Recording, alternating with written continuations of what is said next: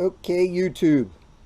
In this video, I'm going to be getting my Andrews EV27 cam back into my 97 Bad Boy. I installed this cam back in 97 when I got the bike, and it has about 30,000 miles on it. I did reuse the cam gear that came with the original cam, and for whatever reason, it still says keep gear on there in Sharpie. Then I put Dykem on the gear and scribed it to make sure I could get it to align right, and the Dykem's still there and the scribe marks. So that's always good. Now the first thing I'll do is get some assembly lube on the new bearing, even though it has a little bit of assembly grease on it. I use this Royal Purple Max Tough synthetic assembly lube. I'm just going to put a little on it. Now let's take my pinky in here and make sure I get it all the way around on the bearing. I did do a thorough inspection on the cam, and it's in excellent condition. No wear on anything. The bearing surface here looks good. All the lobes look great. The gear looks great. And then this bearing surface over here looks like everything else. The first thing you do with this is you want to make sure on your pinion shaft gear that you get the alignment marks roughly in place. You can see right there on the pinion gear is the notch to time the cam. Before I put the cam in, I have to put the shim on, and then you have to put the washer on. Now I put some assembly lube on, and I already put assembly lube in the bearing, and I just give it a little wipe around the whole cam. Now you can see I have a line here and a dot there. The line goes to the line on the pinion gear, and the dot goes to the breather. I'm a tooth off right there, and there they are lined up. Now I'll install the breather. Originally when I built this motor, I used the S&F's breather gear. You can see it's in perfect condition, along with the aluminum in here on the breather where it goes. It's in perfect condition. I'm just going to give this a good coat of assembly lube. I'm going to make sure that it's all the way around on all sides. I'm also going to put some assembly lube in the bore, and then make sure it's all the way in and all the way around on all the surface. Here's my alignment mark right there. Send it home. I'll give it a little rotation to make sure everything's good and lubed. So you can see the valve has the mark and the tooth has the mark, and they're lined up. And you want to double check here. They're both lined up. So that's exactly what you need. Next, you want to put the breather gear shim on, and I'm just going to put a little drop of assembly lube on that, and that'll hold that on there real good. There that is. I believe they ask you to shim this 5/1000ths, and I believe that's where I shimmed it. Now we're talking 1997's when it did it, and I do have it written down on a build sheet, but I believe this was shimmed to 5/1000ths if memory serves. Now before I put the nose cone back on, I'm going to put some assembly lube on the cam where it goes in the bushing, on the crank where it goes in the bushing. After I get this around here real good, and here real good. Now let's put a little on the face of this shim. So there you have it. Now I got to put the gasket on and put the cover back on. Here's the James gasket, and it fits like it's supposed to, like that. Now before I put the nose cone cover back on, I'm going to replace the seal in here, because it would be foolish not to replace the seal while I'm this far in.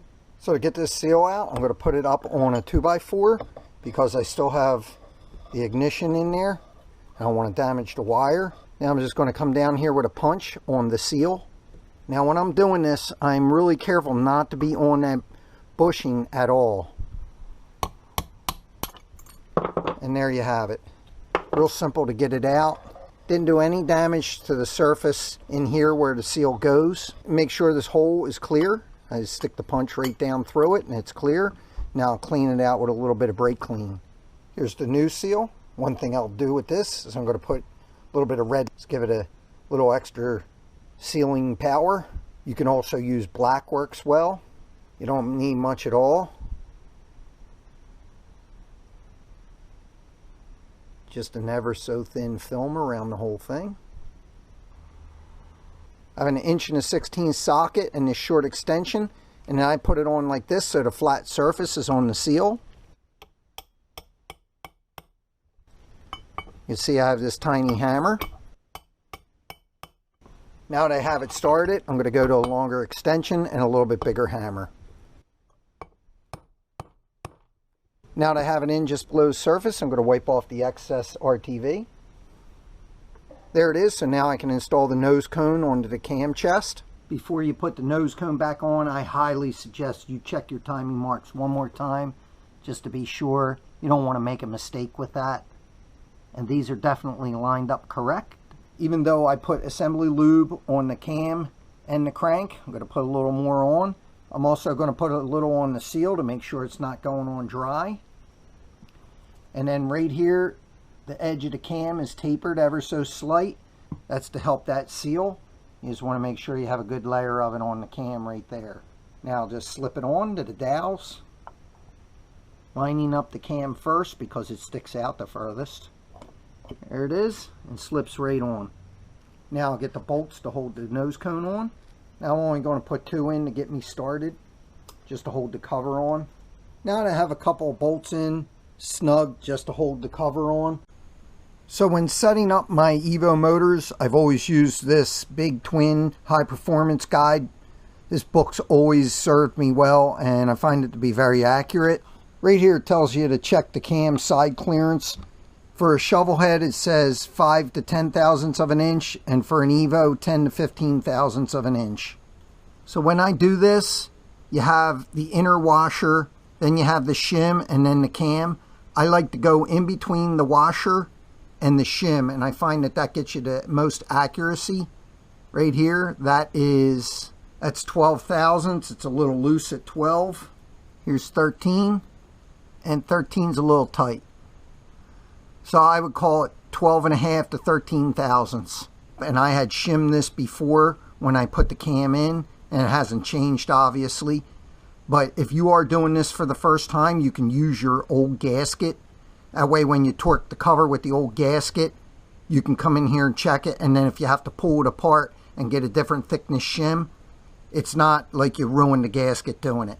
Once you have it correct and you're on the final installation, then you can put your new gasket in. I want to put the timing cup back on.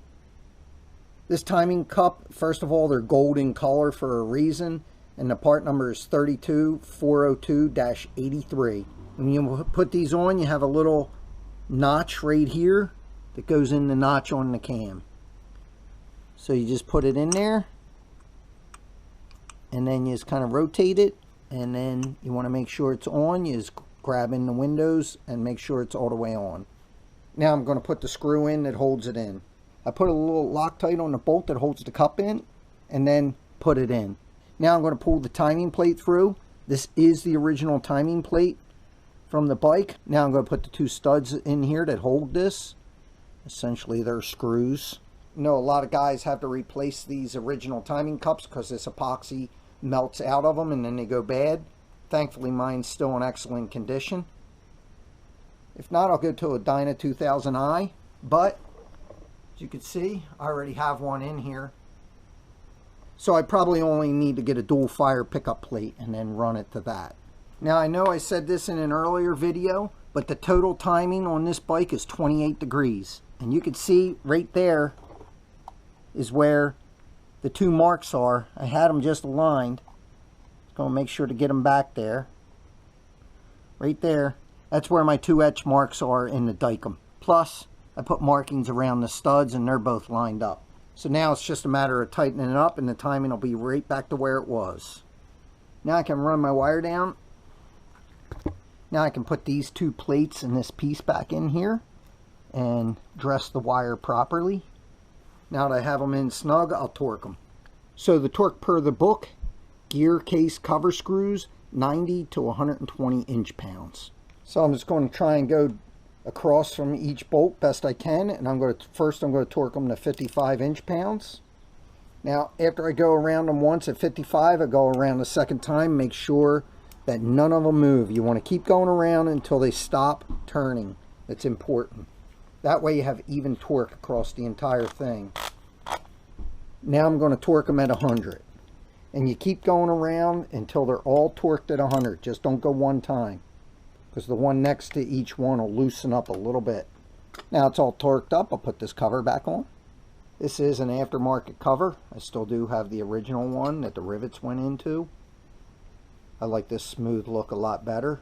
I haven't changed many original parts on this bike, but I do like the look of this smooth cover.